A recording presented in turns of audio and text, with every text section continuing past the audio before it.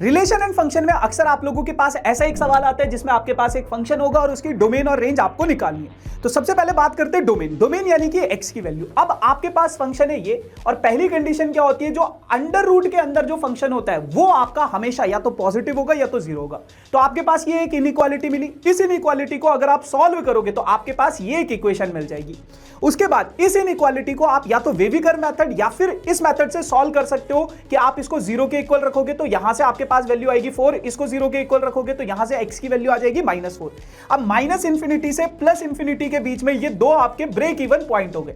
Minus infinity से -4 के बीच में कोई भी वैल्यू उठाओ, वो सब्स्टिट्यूट करो इस इनइक्वालिटी में, क्या वो इस इक्वेशन को सेटिस्फाई कर रहा है? नहीं कर रहा, -5। अब अगर ऐसे ही 4 से इंफिनिटी के बीच में मैं 5 को सब्स्टिट्यूट करूं, क्या वो इस इनइक्वालिटी को सेटिस्फाई कर रहा है? नहीं कर रहा। तो ये दोनों आपके x के इंटरवल्स नहीं हुए।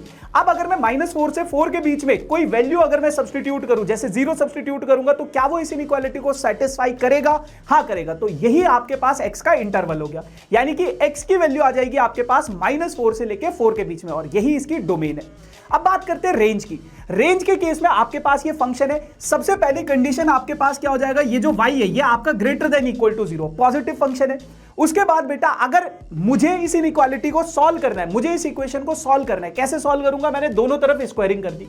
दोनों तरफ स्क्वायरिंग करने के बाद मैं यहां से x की वैल्यू निकालूंगा। तो x की वैल्यू मेरे पास आ गई है। अब मेरे पास सेम अंडर रूट के अंदर जो वैल्यू होती है वो कभी भी नेगेटिव नहीं हो सकती, वो या तो 0 होगी या तो 0 से बड़ी होगी।